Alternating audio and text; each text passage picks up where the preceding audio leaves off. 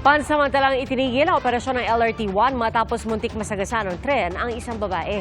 Paglilinaw ng Manila Police District, hindi tumalon kundi nahulog sa riles ng babae matapos siya mawalan ng malay. Ang nag-viral na insidente sa pagsaksi ni Ian Cruz. Sa viral video na ito na mahigit 9 na milyong views na sa Facebook, nakaupo sa riles ang isang babae hanggang sa pumailalim ang babae sa tren na mabuti na lang tuluyang huminto. Sa impormasyong ibinigay sa GMA Integrated News ni MPD spokesperson Major Philip Ines, nakausap ng MPD Station 3 ang live-in partner ng babae habang naghihintay ng tren sa platform ng southbound ng Doroteo Jose Station pag-aalauna ng hapon kanina. Nawalan daw ng malay ang biktima kaya nalaglag sa riles. Patuloy raw binibigyan ng atensyong medikal sa Jose Reyes Memorial Medical Center ang biktima. Ayon sa Light Rail Manila Corporation, ang gwardiya sa platform na-activate daw ang stop signal na nakatulong sa train operator para mag-slow down. Nagpapasalamat ang LRMC sa pagiging alerto ng train operator. Regular daw na may training ang kanilang team para sa iba't ibang crisis situation. Dahil sa insidente, ilang minutong sinuspinde ang operasyon ng LRT-1. May safety barrier sa mga train station sa ibang bansa kaya walang tsansa na mapunta sa riles ang pasahero. Ayon sa LRMC, pinag-aaralan pa ang aspetong ito, lalo't ang LRT-1 ay gumagamit ng 4 na generation ng train set na magkakaiba ang door configuration and dimension. Para sa GMA Integrated News, Ian Cruz ang inyong saksi.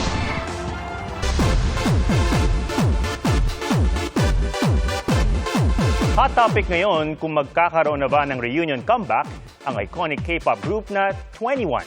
At si Heart Evangelista spotted with international music artists Ellie Goulding at Avril Lavigne.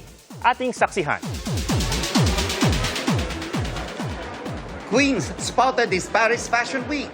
Looking fabulous si global kapuso fashion icon Heart Evangelista kasama ang singer-songwriters na sila Ellie Goulding at Avril Lavigne.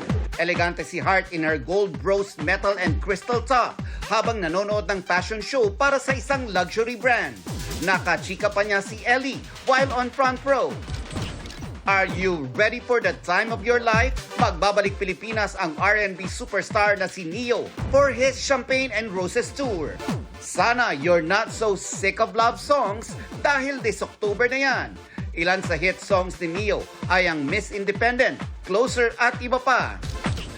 To anyone is ready to come back home? Ayon sa Korean media, usap-usapan na nag-meeting ang 4 members with an executive producer tungkol sa kanilang possible reunion. Kinumpirma naman niya ng YG Entertainment pero wala namang idinagdag na detalye. Last May sinelebrate ng grupo ang kanilang 15th anniversary. Para sa GMA Integrated News, Nelson Canlas ang inyong saksi. May sagot si dating Senadora Laila de Lima sa tanong kung gusto niya bang makita sa kulungan si dating Pangulong Rodrigo Duterte. At ang dating Presidential Counsel ni Duterte na si Salvador Panelo, tinawag naman na grave error ang pagpapawalang sala kay de Lima. Saksi, si Sandra Aguinaldo. Hulihin niyo na ako ngayon! Kung yan naman talaga gusto niyo, ikulong niyo na ako ngayon! 2017 ang sampahan ng 3 kaso sinoy Senadora Laila de Lima dahil sa umunay pakikipagsabwatan sa mga drug lords sa Bilibid sa kalakaran sa droga nung siya ay Secretary of Justice. Matapos ang 7 taon, dismissed na ang lahat ng kaso. I feel so at peace and I feel, nakakahinga na ako ng maluwag ngayon. Malaya na si de Lima pero marami pa raw siyang gustong gawin. Isa raw sa pinag-aaralan niya at kanyang mga abogado ay kung paano pananagutin sina dating Pangulong Rodrigo Duterte, dating Justice Secretary Vitaliano Aguirre at iba pang nasa likod ng mga kaso. Yung mga nag-operate sa akin kasi inoperate nila ako.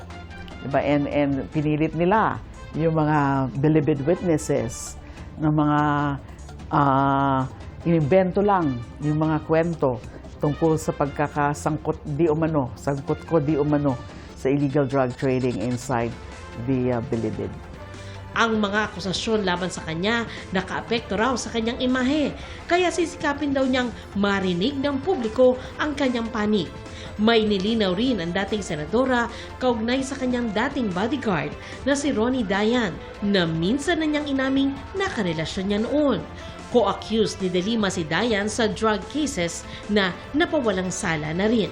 Ang masasabi ko lang is that walang kaugnayan whether ako o si Ronnie Dayan sa illegal drug trade. Kasi pinalabas nila, naging bagman ko, siya yung naging binibigyan ng, huwag nagbibigay ng pera, pinapadaan, parang gano'n ang mga istorya nila. Wala po yan. Pero yung findings nga ng court, talagang hindi nila napatunayan yung conspiracy. I think naging strategy nila yan para mas maraming taong maniniwala na involved ako sa droga pag ipalabas nila na masama akong babae. Ang US State Department ikinatuwa ang pagkaka-acquit ni De Lima sa mga kaso na tinawag nilang politically motivated. Sabay sulong na resolbahin ng Pilipinas ang mga katulad na kaso. Hinamo naman ng grupong Amnesty International ang Administrasyong Marcos na imbestigahan ang mga responsable sa mga walang basehang alegasyon laban kay De Lima. Wala pang direktang tugon sa US State Department at sa Amnesty International ang Administrasyong Marcos. Wala pa ring direktang tugon si dating Pangulong Duterte sa acquittal at sa pahayag ngayon ni De Lima. Pero si dating Presidential Counsel Salvador Panelo tinawag itong grave error. Hindi rin daw injustice ang pagkakakulong kay De Lima, kundi parusa niya sa pag-akusa ni De Lima kay Duterte bilang nasa likod ng mga extrajudicial killings sa Davao City. Ito'y noong panahon kung kailan pinuno pa ng Commission on Human Rights si De Lima at mayor pa ang dating Pangulo. Inaasahan na naman daw ni Aguirre ang pag-acquit kay De Lima. Masaya rin daw siya sa nangyari dahil nagdusa na ng matagal ang dating senadora. Sa kabila ng mga pinagdaanan, ang gusto raw gawin ngayon ni De Lima ay tumulong sa mga biktima ng drug war ni Duterte kung saan libo-libo ang namatay. At kung ipapatawag siya ng International Criminal Court o ICC, handa raw siyang magbigay ng testimonya. Nag-shortcut sila yung instant justice, which is still murder. It's a crime. It is wrong. It's a violation of the right to life, which is the most basic human right. Gusto niyo po bang makita sa kulungan si former President Duterte? Yan ang paraan para mapanagot siya. I-prosecute at ipakulong. Panawagan ni De Lima sa Marcos administration, pag-isipan ang posisyon nito na hindi makipagtulungan sa ICC sa investigasyon nito sa Duterte drug war. Hindi naman daw pagsuko sa soberanya ng bansa ang pakikipag-ugnayan sa ICC. You're not really surrendering in the fundamental sense of the word, yung sovereignty ng Pilipinas. Meron ka dapat, may obligasyon ka bilang state party. May mga kakulangan siyempre ang ating justice system. Ang mga napapanagot lang, at least in those limited number of cases, are the low-level perpetrators, the trigger men, but not the mastermind. Walang nag-iimbestiga kay Mr. Duterte tsaka kay now Senator Bato de la Rosa.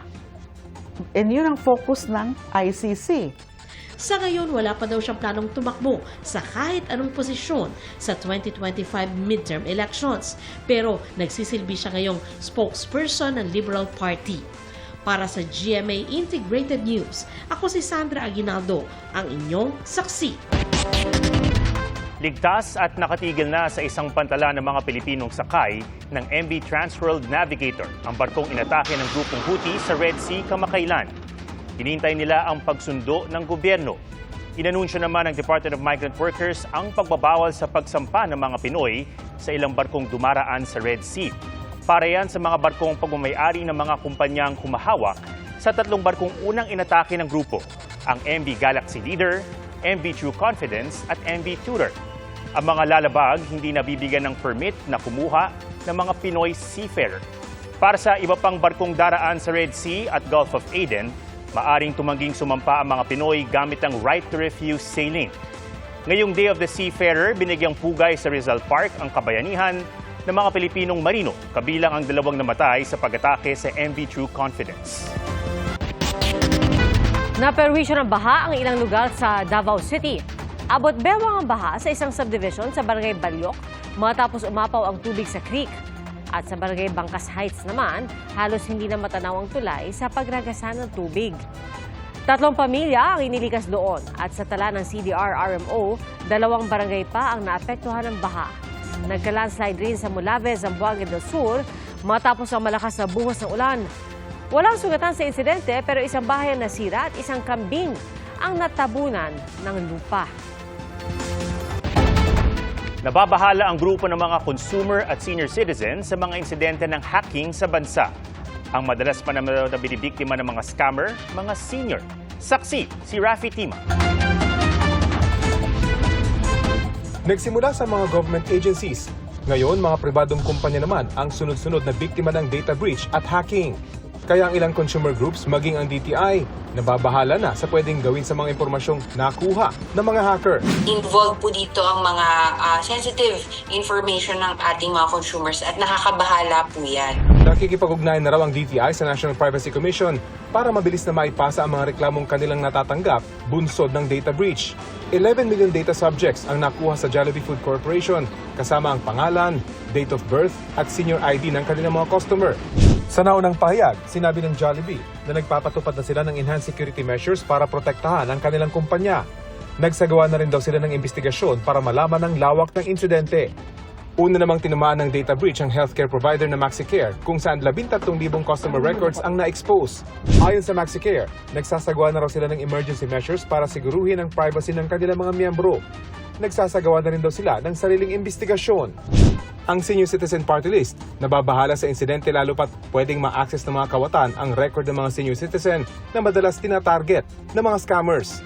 Dahil sa insidente, sana raw, bumilis ang kilos ng Senado para maaprubahan ang Anti-Financial Accounts Scamming Act. Ang grupong Malayang Consumer naniniwalang organisado ang mga pag-ataking ito. And the fact na nagsimula siya mula sa government databases hanggang sa lumawig siya sa mga private sector companies, domestic private companies natin. Ibig sabihin talaga niya na orchestrated talaga ito. At mag-expect tayo sa kasamaang palad ng mga karagdagan data breaches. Kaya dapat magdoble kayod daw ang mga ahensyang may kinalaman sa data privacy protection, kabilang ang DICT, National Privacy Commission, maging ang Department of Justice at National Bureau of Investigation. Pero dapat maghanda na raw ang mga ordinaryong Pilipino sa mga posibleng epekto ng data breaches na ito. Pangunahin dito ang scamming incidents gamit ang mga nakaw na impormasyon. Kailangan sa lahat ng ating mga cellular phone o sa ating mga mobile applications o kahit dito sa mga computer natin, alam natin kung saan tayo naka-sign on o naka-log on ng mga personal accounts, whether sa emails, mga applications na pambayad, personal or banking transactions, mga ganyang bagay. Hinihinga namin ng pahayag ang National Privacy Commission, DOJ at NBI. Para sa GMA Integrated News, Rafi Tima ang inyong saksi. Mga kapuso, sama-sama tayong maging saksi. Mag-subscribe sa GMA Integrated News sa YouTube at para sa mga kapuso abroad, samahan niyo kami sa GMA Pinoy TV at sa www.gmanews.tv.